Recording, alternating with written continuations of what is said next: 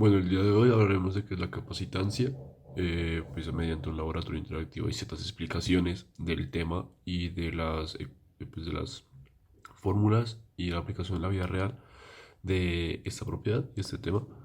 Y pues este laboratorio será a partir de cuatro personas que son Andrés Toro, Nicolás Nieves, Luis Valencia y yo, José Meina.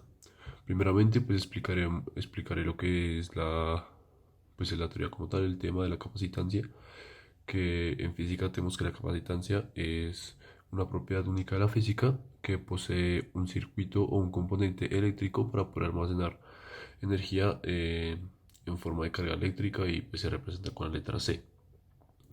Entonces, pues una vez leída esta definición, podemos entender que la capacitancia está directamente relacionada con un capacitor, pero pues esta propiedad puede presentarse en muchos otros lugares y componentes, pues, por lo que se debe tener cuidado con el efecto de capacitancia al momento de diseñar ciertos circuitos, ¿no? Pues un capacitor puede conocerse también como un condensador, que son componentes que almacenan energía y lo hacen mediante placas de material conductor separadas por un material dieléctrico. Y pues, ¿para qué nos sirve esto? Bueno, pues la capacitancia realmente la podemos expresar como una relación entre carga eléctrica de, que posee un conductor y la diferencia potencial que está presente entre dos conductores. Más adelante, cuando expliquemos las ecuaciones y las fórmulas y las unidades de medida, pues se dirán la unidad de medida que es en la que se da la capacitancia. Eh, hay tres factores que pueden afectar o aumentar la capacitancia. Estos factores son principalmente si las placas están más cerca entre sí, la capacitancia pues aumentará, y por lo contrario, si están más alejadas, pues la capacitancia va a disminuir. El factor número 2 es que las placas más grandes pueden aumentar el valor de la capacitancia, y el valor número 3 es que el material dieléctrico que se explicó al inicio es un factor determinante y directamente relacionado con la capacitancia, ya que pues es el que directamente lo va a definir.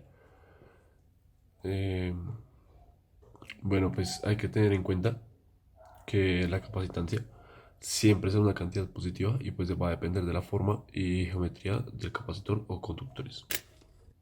También hay que añadir que pues ese material dieléctrico que separa esas placas de material conductor podría considerarse como vidrio, papel, plástico, aire u otros materiales pues, generales.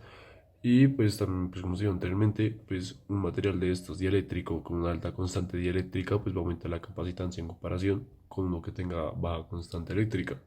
Entonces pues más adelante en las fórmulas se dirá cuál es la relación que tiene con la capacitancia. O sea, que equivale a la capacitancia en cuanto al material eléctrico, dieléctrico.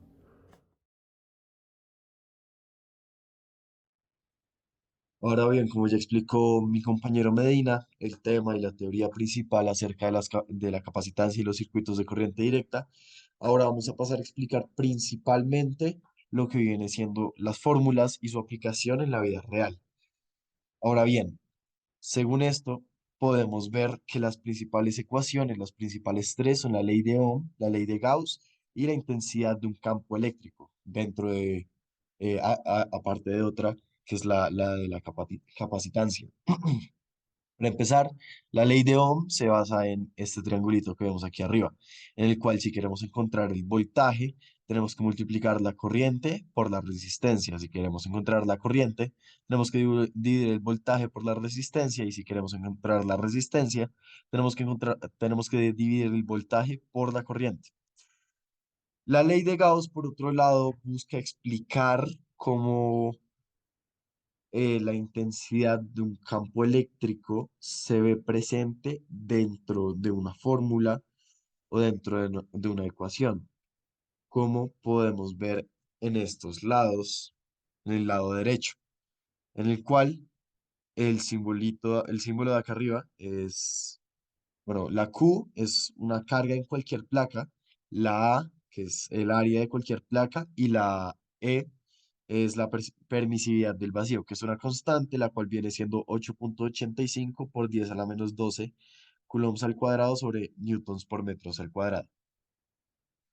Y finalmente tenemos la de la intensidad del campo eléctrico, que es la que se ve aquí a la izquierda, la cual es la intensidad del campo eléctrico es igual a la diferencia potencial entre las placas en voltios, dividido la separación entre las placas en metros.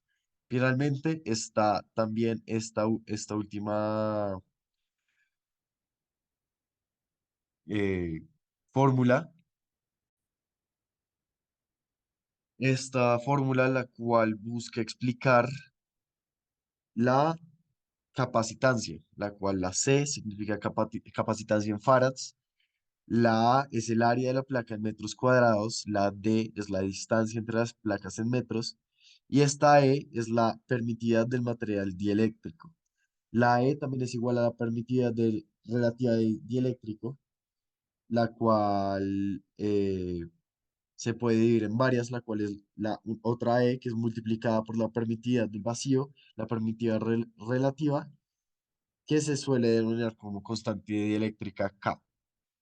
Ahora bien, vamos a explicar los principales usos cotidianos en la vida real de ambos temas. En corriente directa se puede ver que la ley de Ohm es una de las leyes más prácticas y aplicables en la vida diaria. Por ejemplo, una plancha de ropa, una estufa de resistencia, un calefactor eléctrico son artículos totalmente resistivos, es decir, funcionan con el principio de la ley de Ohm, aplicando un voltaje a una resistencia que emite calor cuando la corriente fluye a través de ella. Por lo cual se puede decir que es fácil hacer un ejemplo con este tema, como se puede ver aquí abajo, donde hay una bombillita que tiene una resistencia de 6 y una batería que tiene una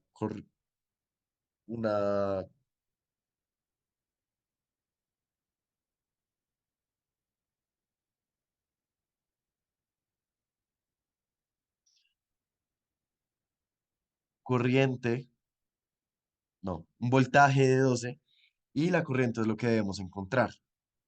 Para esto podemos devolvernos y ver el anterior triángulo, el cual explica que si queremos encontrar en este caso la corriente, tenemos que dividir el voltaje por la resistencia. En este caso, como tenemos el voltaje y la resistencia, entonces dividiríamos el voltaje que viene siendo 12 en 6 que es la resistencia, lo cual nos daría una corriente de 2. Finalmente, para explicar la finalidad de los capacitores, en la vida regular, decíamos devolvernos a a los inicios de estos capacitadores. Los capacitadores, realmente, ¿cómo se les puede definir? Pues estos capacitadores son dispositivos eléctricos que almacenan energía en un campo eléctrico intenso. Es un componente eléctrico pasivo básico junto con resistencias e inductores. Todos los capacitadores consisten en la misma estructura básica.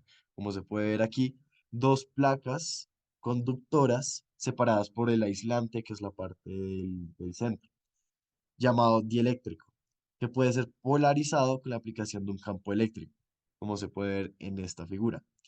La capacidad es proporcional al área de la placa A, como ya habíamos mencionado, e inversamente proporcional a la distancia entre las placas, que es esta D que se puede ver acá, y el área es la parte blanca que dice, bueno, área de de la placa. Para explicar el uso de estos capacitadores dentro de una instancia cotidiana, se puede ver como el primer capacitador fue la jarra de Leyden, desarrollada en 1745. Comprendía un frasco de vidrio forrado con una lámina metálica en la superficie interior y exterior y se usaba originalmente para almacenar cargas eléctricas estáticas. Benjamin Franklin usó uno para probar que los rayos eran electricidad, lo que se convirtió en una de las primeras aplicaciones registradas. Ahora bien, como esto menciona, el principal uso que tienen los capacitadores no solo en el momento, sino en la actualidad, era poder almacenar energía y que esta energía almacenada pudiera fluir y existir dentro es decir, una pequeña batería para poder almacenar estas cargas eléctricas y no perderlas. Finalmente, eh, se puede ver que este uso de las cargas eléctricas estáticas se puede ver en no solo la ya mencionada jarra, sino también en aspectos cotidianos, como pueden ser en dispositivos móviles eléctricos, como puede ser un celular, un televisor e incluso un computador para poder almacenar ciertas cargas y que este funcione de manera correcta. Muchísimas gracias.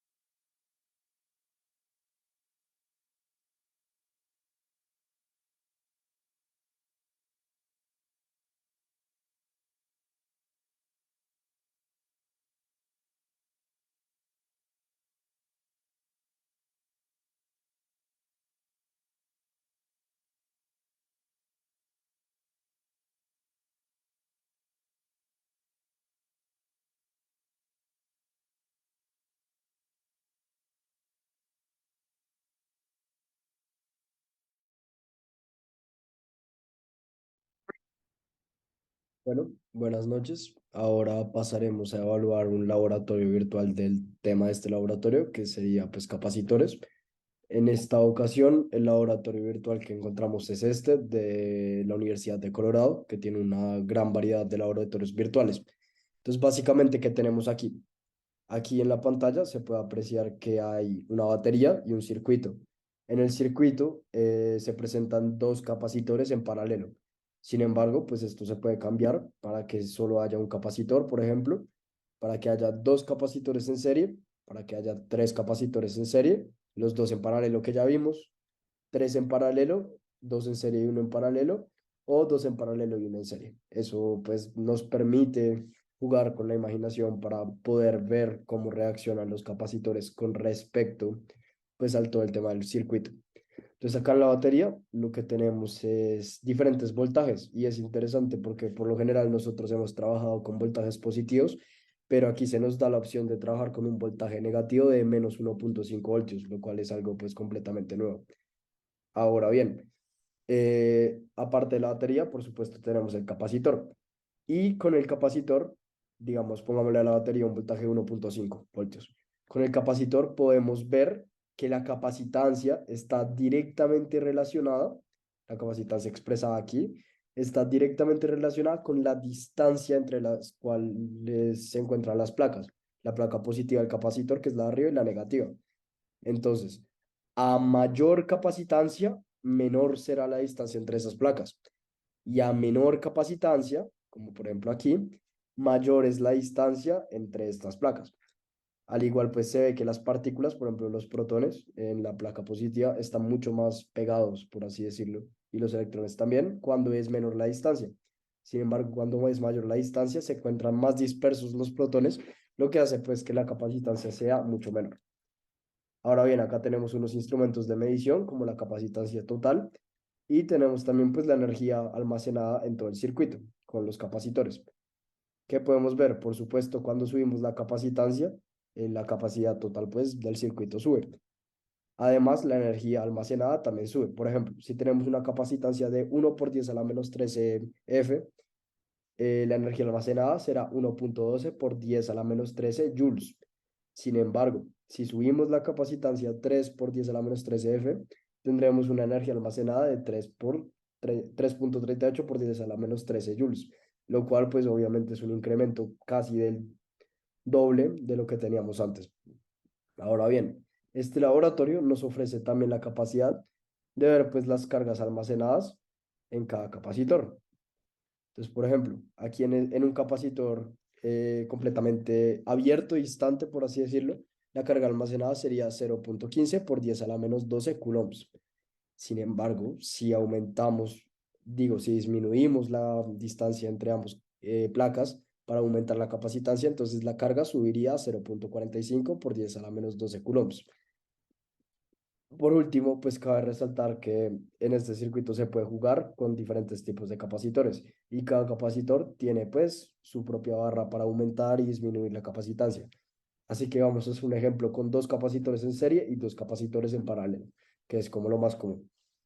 Estos son dos capacitores en serie y podemos apreciar que, por ejemplo, si el capacitor C1 se encuentra con una capacitancia la más baja posible, o sea que las placas están lo más separadas posibles, la capacidad total va a ser pues 0,07 por 10 a la menos 12 F. Mientras que en C2 también se encuentran las placas, pero unidas, a diferencia de C1. Entonces esto pues nos da un contraste entre ambos capacitores y el impacto.